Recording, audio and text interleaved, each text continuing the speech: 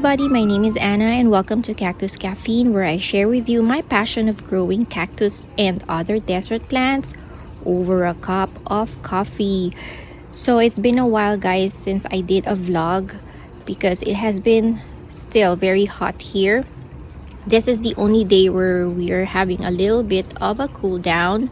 So the temperature forecast for today says we will not go past 100 degrees Fahrenheit, which here in the desert that is already considered a cool down.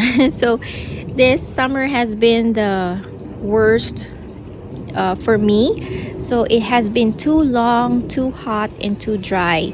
We still haven't gotten a single drop of rain, at least in this part of Las Vegas where I live.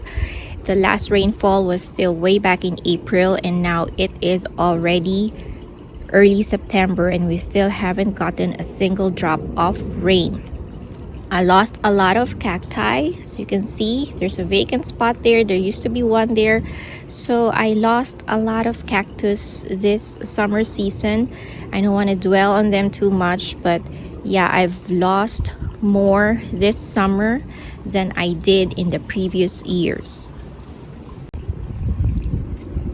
So if you can remember, I had a rack in here and a shade cloth on top right here. But then I realized that this section gets too hot despite having a 70% shade cloth before in this section. The sun starts here at noon until afternoon, so that's the hottest part of the day. So even though I had a 70% shade cloth in this section, my thermostat, I had a thermostat there, the reading said 120 plus degrees. That is if our temperature is around 110, this area heats up 10 to 15 degrees more despite having the shade cloth. So what I did is I moved the rack over there to this section right here. So that rack contained mostly my Gymnocalycium collection. So I have since moved them in here, and the cacti that used to be there are now down here. So it is a little bit messy, but next year I would have to plan it better. So I moved the shade cloth over here. This is the 70% shade cloth. I used to have 50% only in this area, but I moved the 70% shade cloth here. And this section, they're better here because this section gets morning sun until around 1 p.m. and then as you can see right now, it is already under shade and the sun has moved from there to here. Okay, so right now it's 1 p.m. and as you can see, they're already under the shade. So they're doing much better in this section. So I even had some cacti that started blooming again once I moved them in this section. This section here is a bit crowded, so this section is under 100% shade cloth, so it doesn't get any direct sun, but it gets bright sunlight. And I will show you what happened to my epiphyllum cactus. They burned even though they were not getting any sun. Just the mere hot air or hot temperature of the air, it was enough to cook them. So I would have to do a restart on this, just cut whatever is still green and reroot them. I have another basket, hanging basket, which that one I moved inside the house under a grow light, but I could only fit one inside my house, so this basket had to stay in here.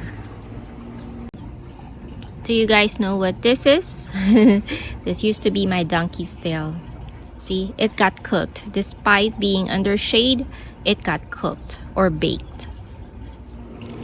If you can see, I am taking advantage of every shade that I can find in my garden. So I have some cacti pots tucked underneath the benches.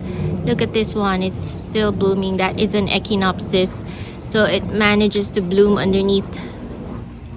Just a quick update on the opuntia cuttings that I did in my vlog number 4. So 2 months ago, I trimmed my big opuntia, and then the pads, I planted them in these pots. So they were all just single pads before, but look, almost all of them grew 1 or 2 pads on top. See? I think, is it all? So no, so that one doesn't have anything yet, but most of them grew another pad or 2 on top. So for the beginners in cactus, I highly recommend an opuntia ficus indica because they are very easy to grow and they are forgiving. Whether it's cold temperature, these guys have been under snow for about 3 days, light snow, they survived it, and now that we are having extreme heat, they are still doing very well. So this section of my garden, I would say, is the best part of my garden this summer because this is actually under partially 70 to 80% shade cloth and partially 90% shade cloth. So among my cacti, those that I place in this section are doing the best. So they may not be looking, you know, the prettiest, but they're doing a lot more than the other cacti that I have in other areas. So this is the lobevia. It's on its way to close, but as you can see, they still manage to flower in this area of my garden. In the lowest rack right here, if you can remember, if you watched my complete tour a few months ago, I had a small collection of jade down here, jade plants. If you haven't seen that collection video, I'll put a link on top of your screen and in the description down below this video. But yeah, this is where I kept my collection of jade plants before, and this bottom rack actually doesn't get any direct sunlight. It is just bright light because this is underneath partly a 70 to 80% shade cloth and the partly 90%, but the mere hot air temperature was enough to cook my jade plants here, so I lost most of them. In fact, I have here, as you can see, I have sticks of jade plant what remained of it. So this used to be the Crassula ovata variegated, so it dropped all of its leaves, it cooked. So I'm trying to save it. I think the stems are still alive, so hopefully, you know, when the temperature cools down, I'll plant it and hopefully it bounces back and recovers or grows back its leaves. But yeah, I lost many of them. The only jade that I realize is very tolerant of high heat is the elephant bush. So whether the ordinary green one or the variegated one, it can handle the heat. Not direct sunlight, but I'm talking of hot temperature, as hot as over 120 degrees Fahrenheit. They are still alive. I just would like to make a couple of shout outs to my viewers. So the first one is Mr. Bill Go Lightly. So he sent me an email and he said he's seen our weather forecast lately, and then he was concerned for me and for my plants. So he hopes I have everything handled and that I'm going to have a break really soon. So thank you, Mr. Bill Go Lightly. I appreciate your concern. And another viewer also that I want to give a shout out to is to Farouk.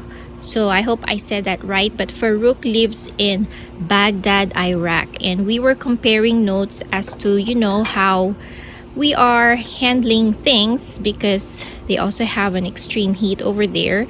And he showed me pictures of how his plants are doing. He said he also lost a lot this summer, but my gosh, when we compare temperatures, I am complaining of 110 degrees Fahrenheit. He told me their temperature over there is 127.5 degrees Fahrenheit. So wow, if he can make it work, That means I have no excuse at my temperature right here. I also started utilizing my front porch. So whatever was not doing well in my backyard, I place it here in front because I realized that my front porch is actually 5 to 10 degrees cooler than my backyard. So that is one thing again that you have to consider in and around your house is the microclimate that you have. So my backyard gets a full sun almost the entire day. That's why it is always hotter in the backyard. But this front porch, this actually gets afternoon sun, but it doesn't get as hot because I have a pergola here, so it benefits from the slats of wood. So what my cactus gets is more of a dappled light in this section. So ever since I moved them here, they actually look much better than they did before. So look at this Albuca spiralis. This was the one given to me by Cactus, Brian of Cactus. Look, it is sprouting its leaves.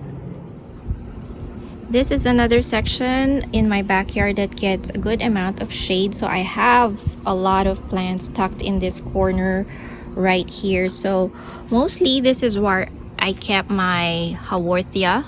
So surprisingly again, haworthias, they can tolerate heat as long as you don't provide them direct sun.